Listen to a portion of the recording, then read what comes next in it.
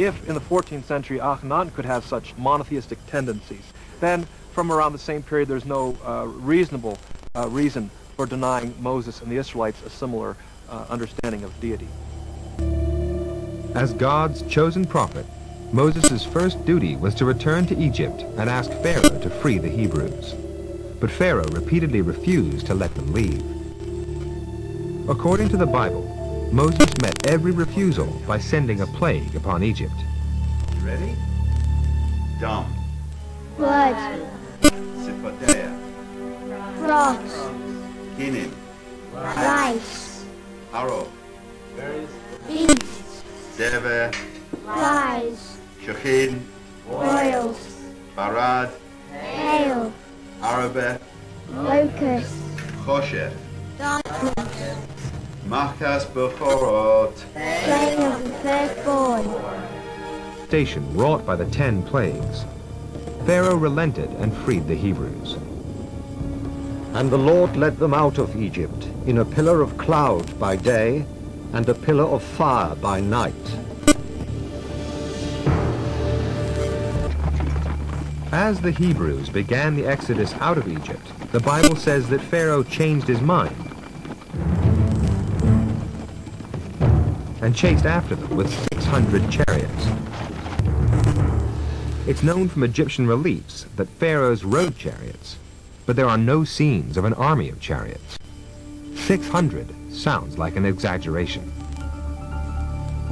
But last year, in Kantir, in the site of Pharaoh's capital, German archaeologists discovered this stone. It was a tethering stone, a stone for tying horses to.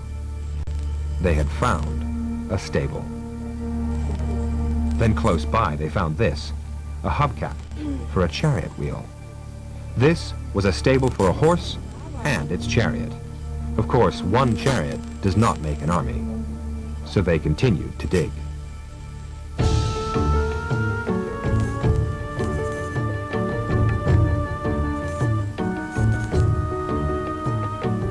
In the end, they found enough stables to house nearly 500 horses and chariots.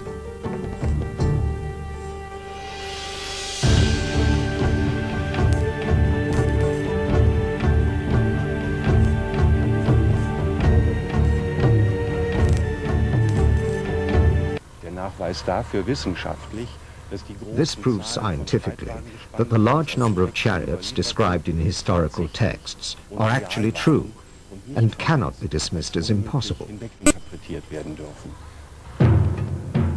With the Pharaoh and his chariots in hot pursuit of the Hebrews, the Bible sets the stage for the miracle of the sea. And the Lord drove the sea back by a strong east wind.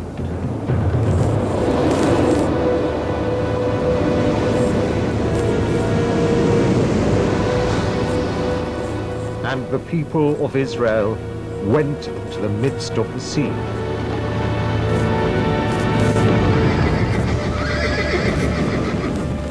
And Moses stretched forth his hand, and the waters returned and covered the chariots of Pharaoh. Strong east wind.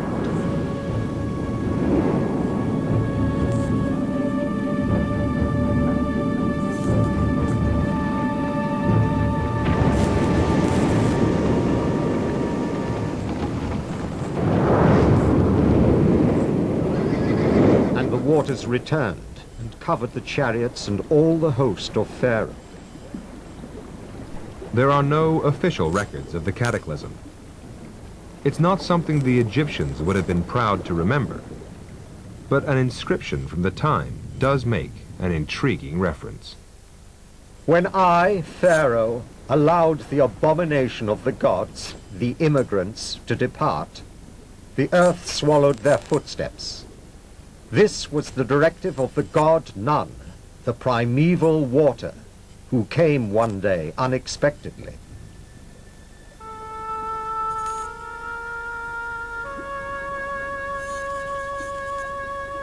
Hebrews journeyed into the Sinai wilderness.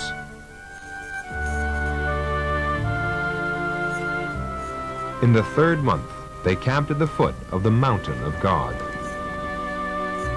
And on the 3rd day, God summoned Moses to the mountain, and God presented Moses with the 10 Commandments.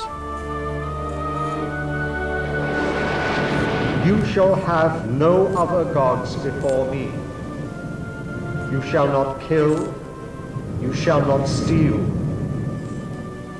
And Moses wrote all the words of the Lord, and rose up early in the morning, and built an altar under the hill, and 12 pillars for the 12 tribes of Israel. Dwellings have been dated to around 2000 BC. This would place the story of the Exodus earlier in time.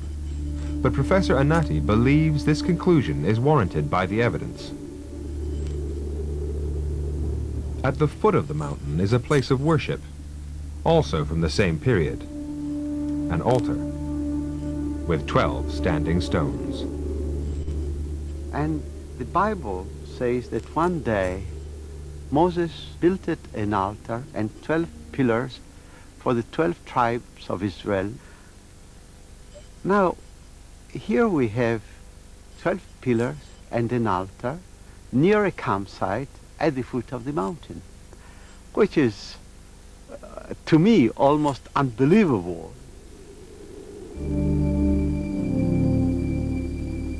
But perhaps the most remarkable feature is a 2000 BC rock carving found on the plateau.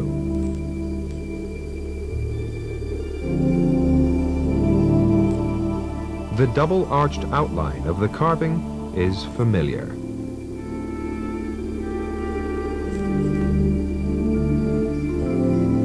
It's similar to later biblical illustrations of the tablets of the law. But the parallels go even deeper. The carving is divided into precisely 10 squares. Professor Anati believes it's a symbol made by Moses' followers as a reminder of the 10 Commandments. The more we investigate, the more we discover that the biblical stories regarding Exodus are reliable. After 40 years wandering in the wilderness, Moses led the Hebrews on their final journey out of Egypt. He never reached the promised land. He died within sight of it. He never reached the promised land. He died within sight of it. And yet the fact remains that Moses completed his extraordinary mission. The achievement offers the first real insight into who Moses was, a brilliant leader of people. Ironically,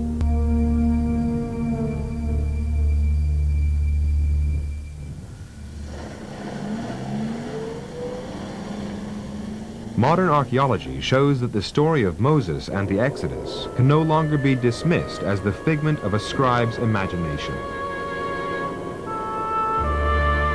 But this leaves one final question. How did the Bible get so many of its facts right? One suggestion is that the Hebrews remembered the story and faithfully passed it down the generations. But there is another, even more remarkable possibility. The evidence from the graffiti in the turquoise mines suggests that the Hebrews could write. It would explain why the archaeological record matches so well the biblical accounts. The bondage of the Hebrews, Moses' upbringing in Pharaoh's palace, the 10 plagues of Egypt, the parting of the Red Sea, and the 10 Commandments. The Bible remains the foundation of faith for 2/3 of the world's population. The modern age is also rediscovering it as a tool for understanding history.